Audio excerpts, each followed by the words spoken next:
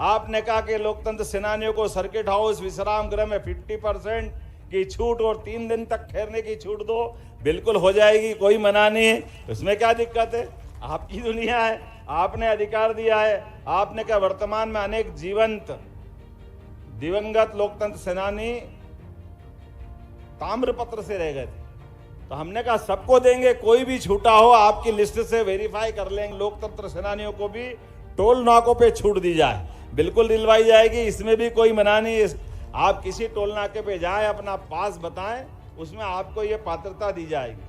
आपने कहा कि आयुष्मान योजना के तहत बीमारियों के इलाज पर व्यय के भुगतान में अधिक विलंब नहीं होगा। बिल्कुल नहीं होगा, किसी हालत में समय पे भुगतान होगा। आपकी ये समस्या भी हल करेंगे।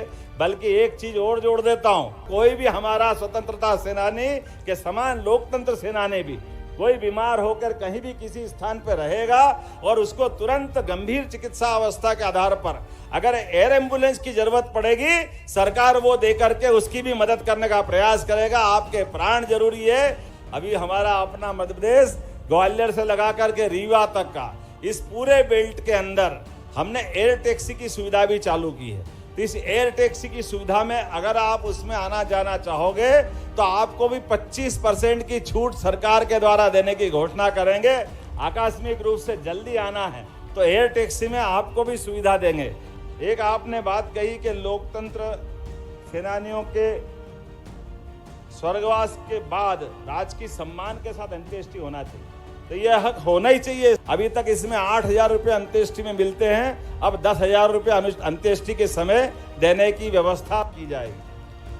आपने कहा आपातकाल को स्मरण करने के लिए पाठ्यक्रम में जोड़ना चाहिए, बिल्कुल जोड़ा जाएगा। स्कूल के हमारे इस पाठ्यक्रम में वो इमरजेंसी का संघर्ष तो स्मरण रखना ही है। लोकतंत्र सेनानियों का एक बड़ा कार्यक्रम हमने उनके बीच की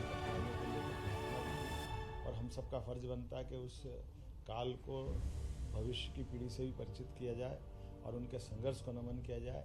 मुझे और आनंद आया कि आज नवनिर्वाचित लोकसभा अध्यक्ष श्रीमान ओम बिरला जी ने भी अपनी भावना व्यक्त करते हुए लोकतंत्र के सबसे बड़े मंदिर में खुल कर के लोकतंत्र के अंदर हुई घटना की जानकारी दी गई, जिसमें मीसाबंदी के सबसे खराब काल को स्मरण किया गया।